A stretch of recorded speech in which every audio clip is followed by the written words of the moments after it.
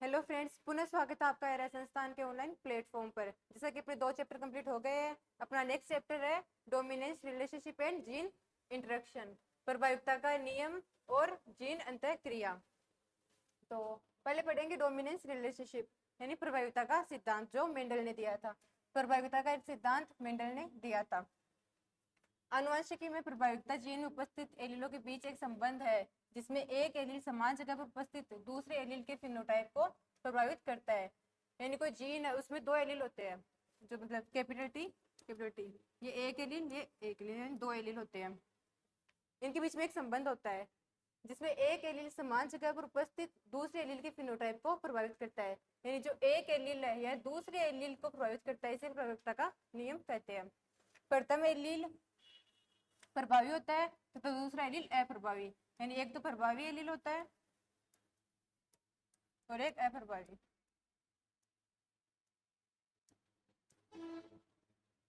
लिंग गुणसूत्र जिन्हें ऑटोसोम कहा जाता है, जो लिंग गुणसूत्र होते हैं उन्हें ऑटोसोम कहा जाता है, में पाए जाने वाले एलील एवं उनसे जुड़े लक्षण ऑटोसोम प्रभावी तथा ऑटोसोम अप्रभावी कहलाते हैं। कार्यात्मक प्रोटीन उत्पादन के लिए प्रभावी एलील का कार्य करते हैं, जबकि यह कार्य अप्रभावी एलील नहीं कर सकता।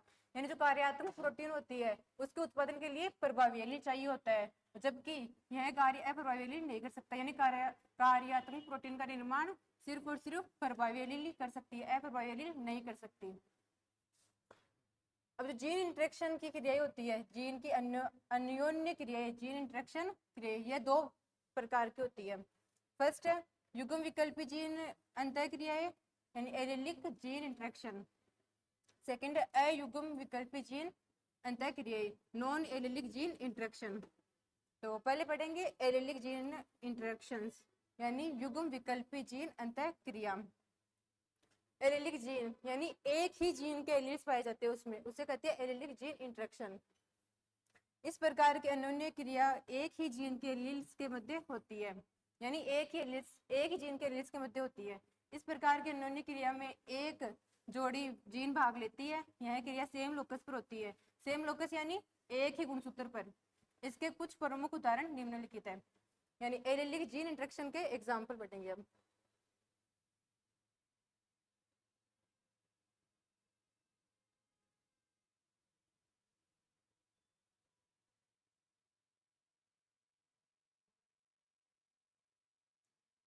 जीन एलिलिक जीन इंटरेक्शन का फर्स्ट एग्जांपल है अपूर्ण प्रभाविता यानी इनकम्प्लीट डोमिनेंस। मेंडल के प्रभाविता के नियम के अनुसार एफ1पीडी में संतति प्रभावी लक्षणों वाली होनी चाहिए, किंतु कुछ जीवों में एफ1पीडी संतति दोनों जनकों से भिन्न लक्षणों वाली होती है।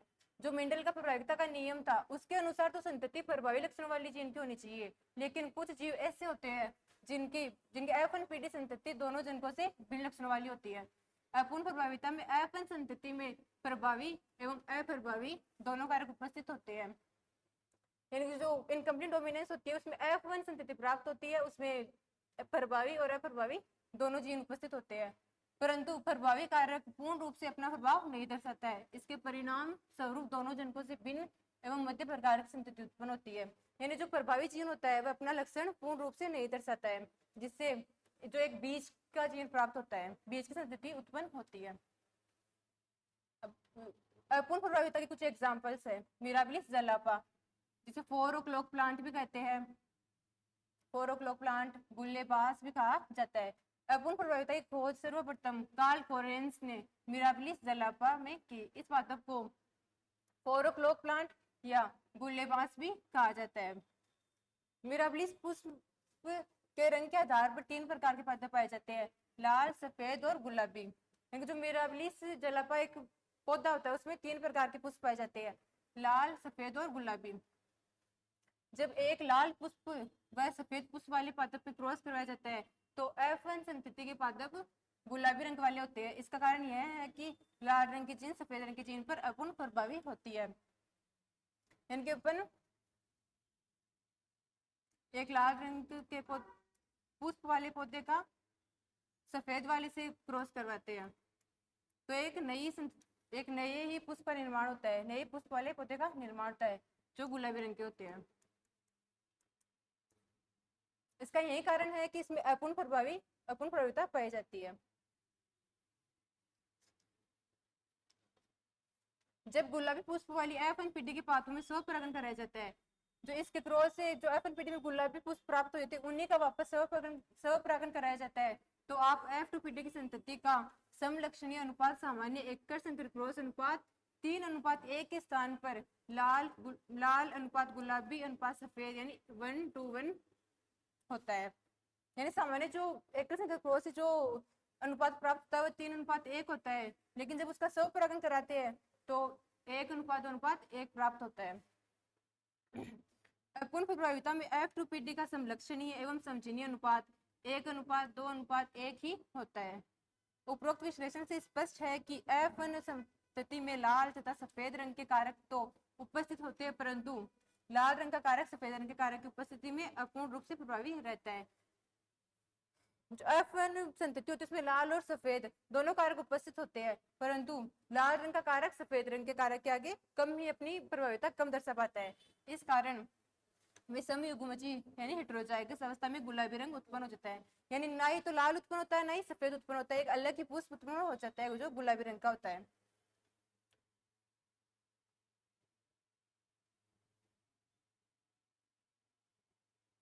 इनकम्प्लीट डोमिनेंस का एक एग्जांपल हो गया मिराबिलिस जलापा। अब सेकंड एंटीहिनस मेजस इस पादप में भी अपूर्ण प्रभाविता देखी गई है। एंटीहिनस मेजस एक पादप होता है जिसमें भी अपूर्ण प्रभाविता देखी गई है। इस पादप को स्नैपड्रैगन या कुत्तापुष्प पादप की कहा जाता है। इस पादप में भी मिराबिलिस के समान पुष्प रंग की वंशाणुति में अपूर्ण प्रभाविता पाई जाती है। यानी जो एंटीहिनस मेजस होता है उसमें भी मिराबिलिस के समान ही पुष्पों की वंशागति में अपूर्ण प्रभाविता पाई जाती है।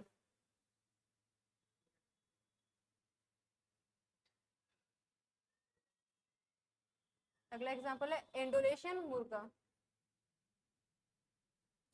एंडोलेशन मुर्गे के इस समूह में भी अपूर्ण प्रभाविता देखी गई है।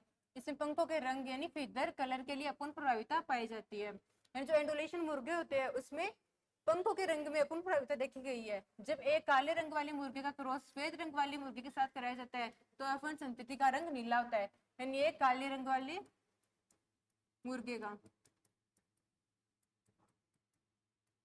क्रॉस बन कराएंगे श्वेत रंग वाले यानी सफेद रंग वाले के साथ, तो एक नया ही F1पीडी में नीले रंग के मुर्गे प्राप्त होते हैं। तो ये अपूर्ण प्रभाविता इसमें पाई जाती है।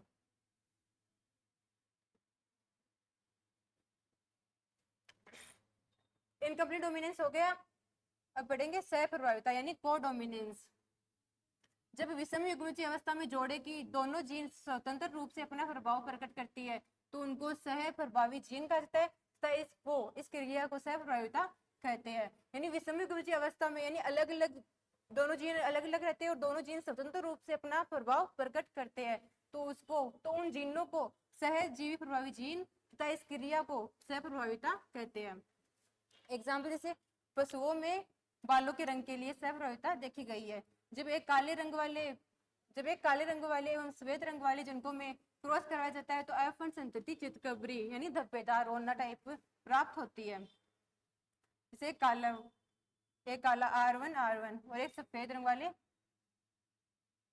पशु के बीच में क्रॉस कराया जाता है तो F1पीडी में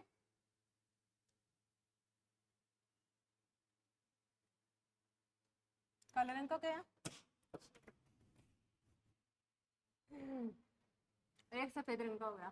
इसमें जब अपन F1पीडी प्राप्त करेंगे तो R1 R2 यानी चितकबरे रोने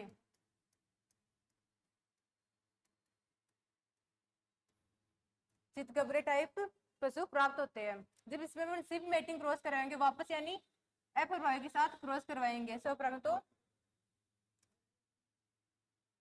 R1 R2 का वापस क्रॉस कराएंगे सिर्फ मेटिंग तो R1 R2 F2पीडी में यह वाले जीनोटाइप प्राप्त होंगे 1:2:1 यानी ब्लैक रोना व्हाइट।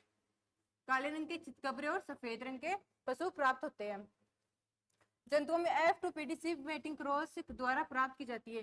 इन जंतुओं में जो F2PD प्राप्त करते हैं वो सिमेटिक क्रॉस के द्वारा प्राप्त करते हैं। ऐसा क्रॉस जो सहोदर यानी सिबलिंग के मध्य करवाया जाता है, यानी अपने ही जनकों के साथ करवाया जाता है, ऐसे संतति जिनके पैतृक समान होते हैं सिबलिंग्स कहलाते हैं। अगला एग्जाम्पल है रक्त समूह वाला।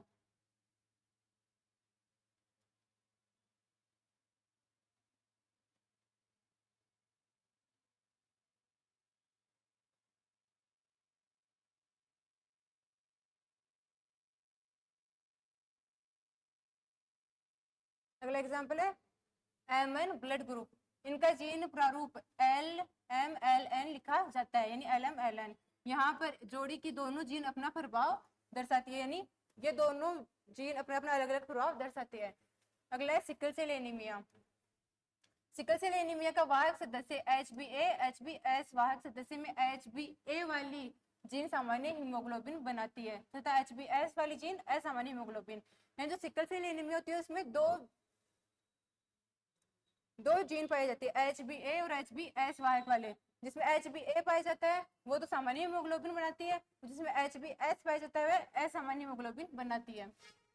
तीसरा बहुयुग्म विकल्प यानी मल्टीपल एलील। बहुयुग्म विकल्प यानी नाम से जैसे बहुत सारे विकल्प हो। बहुयुग्म किसी जीन के एक से ज्यादा एवं दो एकांतरित स्वरूप का पाया जाना बहुयुग्म विकल्पी कहलाता है। यानी किसी जीन के एक से ज्यादा कायांतरित रूप का पाया जाना बहुयुग्म विकल्पी कहलाता है। बहुयुग्म विकल्पियों का निर्माण उत्परिवर्तन के द्वारा होता है, यानी जो मल्टीपल एलील्स होते हैं उनका निर्माण म्यूटेशन के द्वारा होता है। बहुयुग्म विकल्पी की स्थिति में भी किसी भी द्विगुणित सदस्य में किसी लक्षण के लिए केवल दो ही एलील्स पाई जाती है। यानी बहुयुग्म जो मल्टीपल एलील्स होता है उसकी स्थिति में किसी द्विगुणित यानी 2n सदस्य वाले में किसी एक लक्षण के लिए केवल दो ही एलील्स पाई जाती है तथा युग्मों में केवल एक ही एलील होती है। बहुयुग्मक विकल्पी समजात गुणसूत्रों के समान स्थल पर उपस्थित होते हैं। यानी मल्टीपल एलील्स के जो समजात बहुयुग्म विकल्पी होते हैं वो समजात गुणसूत्र के एक ही समान लोकस पर उपस्थित होते हैं। जैसे इसका एग्जाम्पल है मल्टीपल एलील्स के एग्जाम्पल है रुधिर समूह है 3 एलील्स,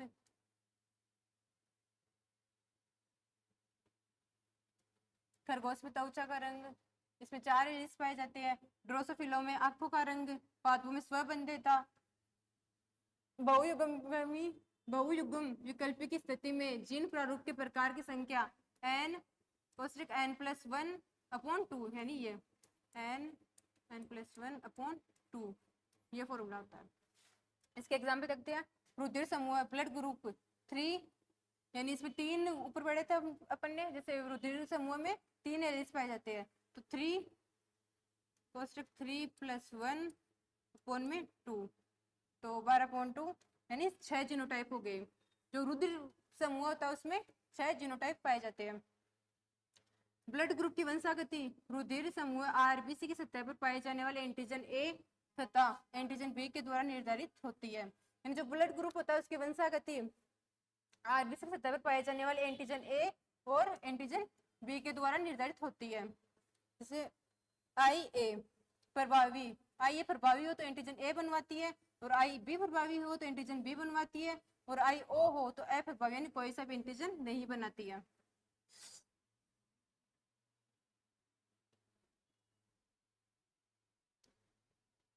जैसे ब्लड ग्रुप है इसमें 3 एलील्स हो गए, 3 एलील और फिनोटाइप 4, जीनोटाइप 6।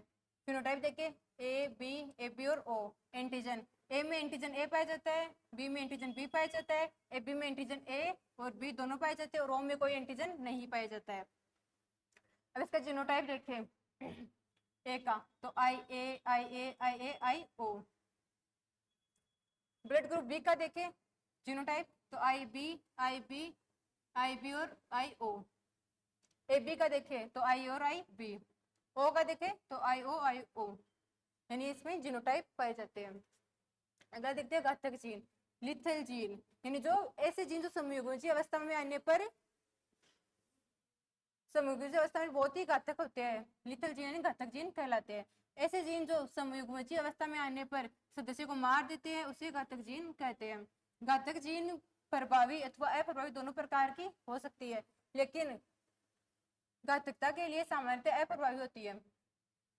लिथल जीन होते हैं जो प्रभावी और अप्रभावी दोनों हो सकते हैं, लेकिन मोस्टली जो घातकता के लिए सामान्यतः अप्रभावी ही होती है। इसकी खोज सर्वप्रथम क्यूनोट ने चूहों में त्वचा के रंग के लिए की थी। जो लिथल जीन है इसकी खोज क्यूनोट ने चूहों में त्वचा के रंग के लिए की थी। चूहों में येलो कोट कलर की, यानी जो येलो स्किन वाले चूहे होते हैं, की जीन घातक होती है। जब यह जीन समयुग्मजी अवस्था में आ जाती है तो सदस्य की भ्रूणावस्था में ही मृत्यु हो जाती है। अतः चूहों की संख्या में समयुग्मजी पिल्ले कभी नहीं मिल सकते हैं। इसका क्रॉस करवाने पर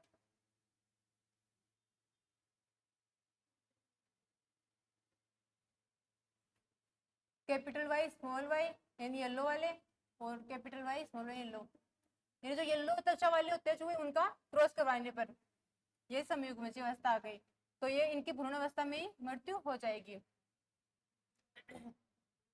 कैपिटल वाई इसकी भ्रूण अवस्था में मृत्यु हो जाती है। अतः रूपांतरण अनुपात 2:1 ही प्राप्त होता है। पादुओं में घातक जीन, ये तो जंतुओं में हो गया चूहों का त्वचा का पीला रंग का होना, और पादुओं में घातक जीन, पादुओं में घातक जीन की खोज ई बोहर ने स्नैपड्रैगन में की थी। पत्ती का रंग लीफ कलर गोल्डन और ग्रीन, यहाँ पर गोल्डन रंग की जीन घातक होती है। अतः कभी भी समयुग्मजी गोल्डन प्राप्त नहीं होते हैं। गोल्डन गोल्डन, इसका क्रॉस करवाने पर कैपिटल जी स्मॉल जी, इसका क्रॉस करवाएंगे तो समयुग्मजी अवस्था में पौधे उत्पन्न होंगे ही नहीं।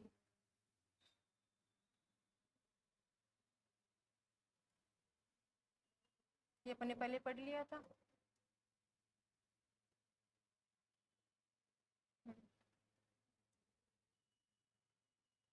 अगला है मनुष्य में सिकल सेल एनीमिया HbS की जीन घातक होती है। सामान्य जो होता है HbA ये घातक नहीं होती। जो HbS होती है इसका वाहक होने पर यह घातक जीन होती है। वाहक मादा HbA वाहक पुरुष HbS और HbA। जब इनका क्रॉस करवाते हैं तो जो समयुग्मजी अवस्था में जो होता है उसकी भ्रूण अवस्था में ही मृत्यु हो जाती है।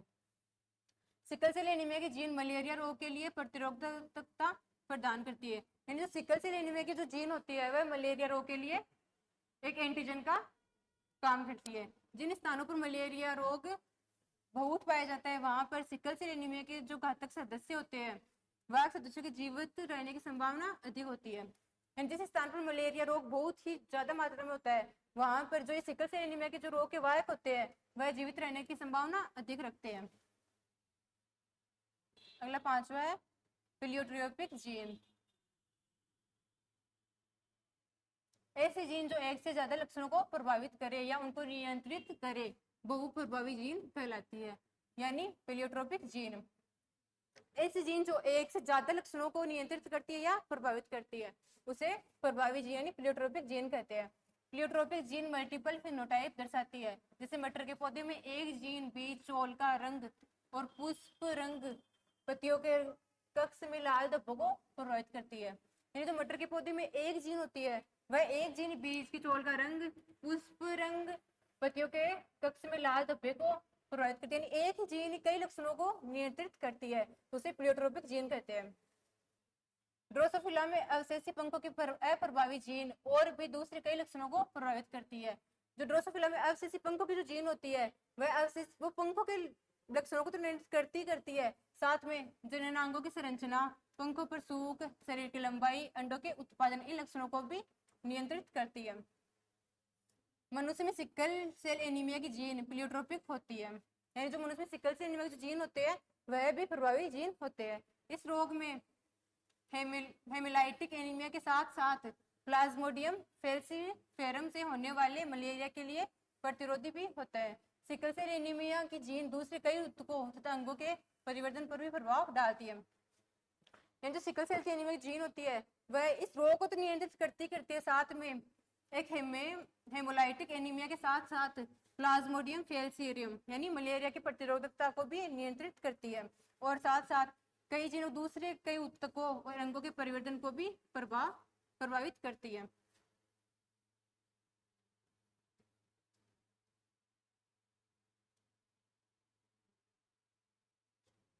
अगला है सप्लीमेंट्री।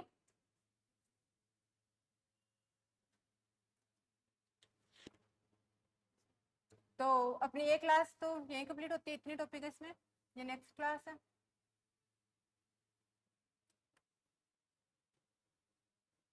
थैंक यू दोस्तों, कल मिलते हैं नई क्लास के साथ।